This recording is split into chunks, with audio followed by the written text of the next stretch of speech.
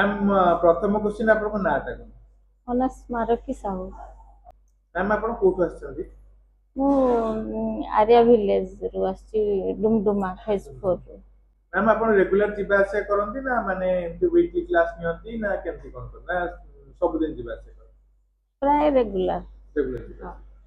Ma'am आपण club chocolate रे course कले आपणकर एक्सपीरियंस टिके मते कय माने जति दिन आपण कोर्स कले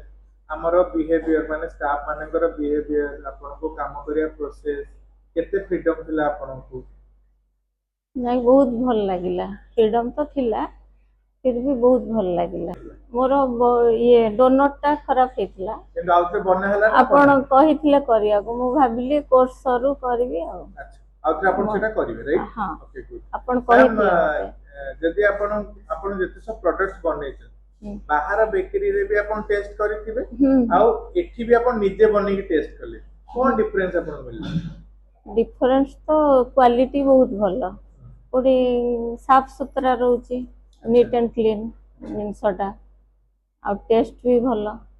मैम एठी के अपन के सजेस्ट करथिले एटा मो झियो सजेस्ट करथिला जे कोन रहंदी एबे से बे बेंगलोर रे जॉब करछि आईटी सेक्टर रे। मैम भुवनेश्वर रे एते सब माने इंस्टीट्यूशन अछि क्लब चॉकलेट ही काहे से क्लब चॉकलेट तो प्राय नेट रे आसुची बेस्ट बोली के सेथे झियो सजेस्ट कला जे 4-5 जन तांको सांग को बुझी के कहला जे हां सेठी के जीव बोली के। मैम लास्ट हां मैम आपण जो एते सुंदर केक बनै छथि जो जेति जिंस आपण आदरे बनै छथि जहा भी करि छथि हां आपण को ओवरऑल आईडिया मिलला जे एबोलिया केक बनया पई फर्दर आपण स्टेप्स नै परिबे हां नै परिबे मो प्रैक्टिस दरकार आ लास्ट क्वेश्चन हां मैम आपण जदी क्लब चॉकलेट को रेटिंग करिवे हां ताहले 10 रु केते देबे 10 रु 9.5